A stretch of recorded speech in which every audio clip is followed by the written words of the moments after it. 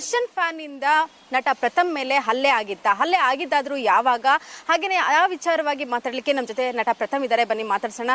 Sir, ಪ್ರಥಮ್ sir, ಇವಾಗ ನಾವು ನೋಡ್ತಾ ಇದೀವಿ ಒಂದು ಆಡಿಯೋ ಇವಾಗ ವೈರಲ್ ಆಗಿರ್ತಕ್ಕಂಥದ್ದು. ಜೊತೆಗೆ ಆ ಆಡಿಯೋದಲ್ಲಿರುವಂತಹ ವಿಚಾರಗಳೇನಿದೆ ಅದು ಬಹಳ ಸೂಕ್ಷ್ಮವಾದಂತ ವಿಚಾರ ಅಂತಾನೆ ಹೇಳ್ಬೋದು. ಸುಮಾರು 1 ವಾರ ಕಳೀತಾ ಬಂದಿದೆ. ಹಾಗಿದ್ರೂ ಕೂಡ ಒಂದು FIR ಕೂಡ ದಾಖಲಾಗಿಲ್ಲ, ಕಂಪ್ಲೇಂಟ್ ಕೂಡ ಆಗಿಲ್ಲ. ಸೊ ನಿಜವಾಗ್ಲೂ ನಡೆದಿದ್ದಾದ್ರೂ ಏನು? ಮೇಡಮ್, ಒಂದು ರಿಕ್ವೆಸ್ಟ್ ರಕ್ಷಾ ಮೇಡಮ್, ಒಂದೇ ಒಂದು ಮಾತು ಹೇಳ್ತೀನಿ, ಏನು ಕೇಳಬೇಡಿ. ಯಾವ್ದಾದ್ರು ಒಂದು ವಿಚಾರ SP ತನಕ ಹೋಗುತ್ತೆ ಅಂದರೆ ಇನ್ಸ್ಪೆಕ್ಟರ್ ಖುದ್ದು ಫೋನ್ ಮಾಡಿ ಅವ್ರ ಮಾಹಿತಿ ಬಂದು SP ತನಕ ಹೋಗಿ SP ಇದಕ್ಕೆ ಪ್ರತಿಯೊಂದು ಕೂತ್ಕೊಂಡು ಮೇಲುಸ್ತುವಾರಿ ಮಾಡ್ತಾ ಇದ್ದಾರೆ. ಮಾಮೂಲಿ ಯಾವುದೇ ಕೇಸ್ಗಳಿದ್ರೆ ಇನ್ಸ್ಪೆಕ್ಟ್ರಿಂದ ACP ಮಾಹಿತಿ ಹೋಗುತ್ತೆ.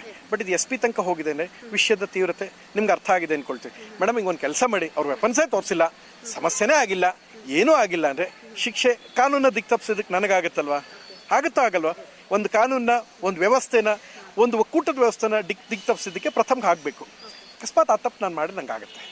ಈಗ ಘಟನೆ ತಪ್ಪು ನಡೆದೇ ಇಲ್ಲ ಅಂತ ಹೇಳ್ತಾ ಇಲ್ಲ, ನಡೆದಿದ್ದಾದ್ರೂ ಹೇಗೆ ಅಂದ್ರೆ ನೀವು ದೊಡ್ಡಬಳ್ಳಾಪುರಕ್ಕೆ ಯಾವ ಕಾರ್ಯಕ್ರಮಕ್ಕೆ ಹೋಗಿದ್ರಿ? ಕಾರ್ಯಕ್ರಮವನ್ನ ಹೊರತುಪಡಿಸಿ ನೀವು ಮತ್ತೊಂದು ಜಾಗಕ್ಕೆ ಹೋಗ್ಲಿಕ್ಕೆ ಕಾರಣವಾದಂತ ವಿಚಾರ ಏನಾಗಿತ್ತು? ನನ್ನ ಅತ್ಯಂತ ಡಿಜಿಟಲ್ ಪ್ರಮೋಟರ್ ಒಬ್ರು ಅವರು, ಸರ್ ಒಂದ್ಸಲ ದಯವಿಟ್ಟು ಬನ್ನಿ ಸರ್.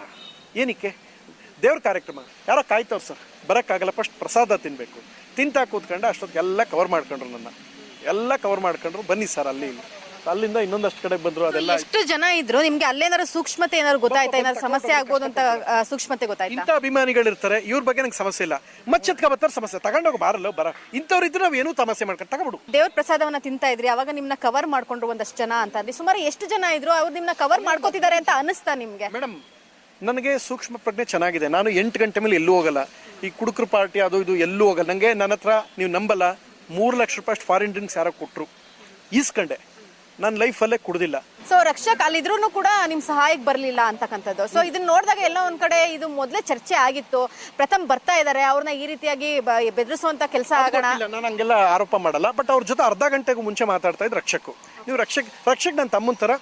ಬಟ್ ಕೇಳಿ, ಇವತ್ತು ನಾನು ರೆಸ್ಪೆಕ್ಟ್ ಇಮ್ ಲಾಟ್. ಬಟ್ ಈಗ 10 ನಿಮಿಷದಿಂದ ಯಾವುದೋ ವಿಡಿಯೋ ನೋಡಿ ಬೇಜಾರಾಯ್ತು, ಅದಕ್ಕೆ ಹಂಗೆ ಹೇಳಿದೆ. ಸೊ ನೀವು ಅಲ್ಲಿಂದ ಹೊರಡ್ತೀರಾ, ಅದಾದ ತಕ್ಷಣ ನಿಮ್ಗೆ ಫೋನ್ ಕೂಡ ಬರುತ್ತೆ.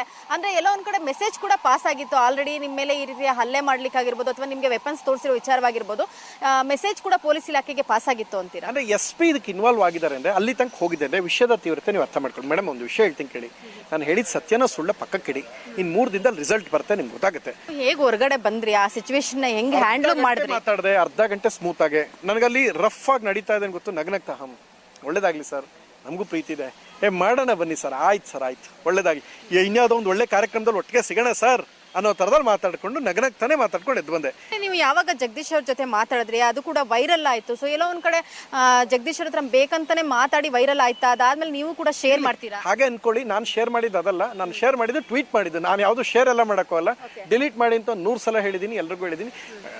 ಅದು ಅನ್ಕೊಂಡ್ರೆ ಅನ್ಕೊಳ್ಳಿ ಮೇಡಮ್. ವೈರಲ್ ಮಾಡಬೇಕು ಅಂದ್ರೆ ಅಷ್ಟು ಸಲ SP ಅವತ್ತು ಕೇಳಿದಾಗ ಅವತ್ತೇ ಒಳಗೆ ಹಾಕ್ಸ್ಬಿಡ್ತಿದ್ದೆ ಮೇಡಮ್. ಸೊ ಇದಿಷ್ಟು ನಟ ಪ್ರಥಮ್ ಹೇಳುವಂತಹ ಮಾತಾಗಿತ್ತು. Camera person